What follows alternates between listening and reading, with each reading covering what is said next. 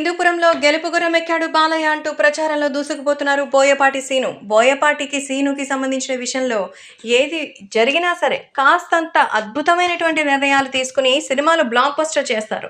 అసలు అఖండ, సింహ, లెజెండ్ లాంటి సినిమాలు బాలయ్య బోయపాటి కాంబినేషన్లో వచ్చి ఎలాంటి ట్రాక్ రికార్డ్ని నమోదు చేసాయో చెప్పాల్సిన అవసరం లేదు.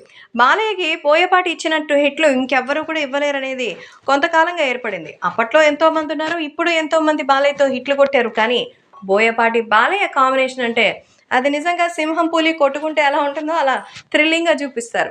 సో మొత్తానికి బాలయ్య బాబు తప్ప ఈ రోల్ని ఇంకెవ్వరూ చేయలేనంత అద్భుతంగా అయితే చూపిస్తారు.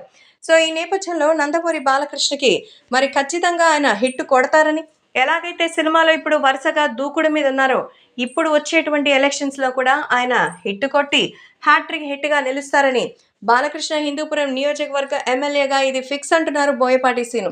సో సినిమా ఆర్టిస్టులతో కలిసి ప్రచారం నిర్వహించడానికి కూడా తన సినిమాకి సిద్ధమేనని, సినిమాల్లో ఎలాగైతే ఆయన వీరోచితంగా పోరాటం చేస్తారో ఇక్కడ కూడా ప్రజలకు అండగా ప్రతిసారి నిలిచారని, తన మంచితనమే బాలయ్యను గెలిపిస్తుంది అంటూ చెప్తున్నారు మన బోయపాటి సీను.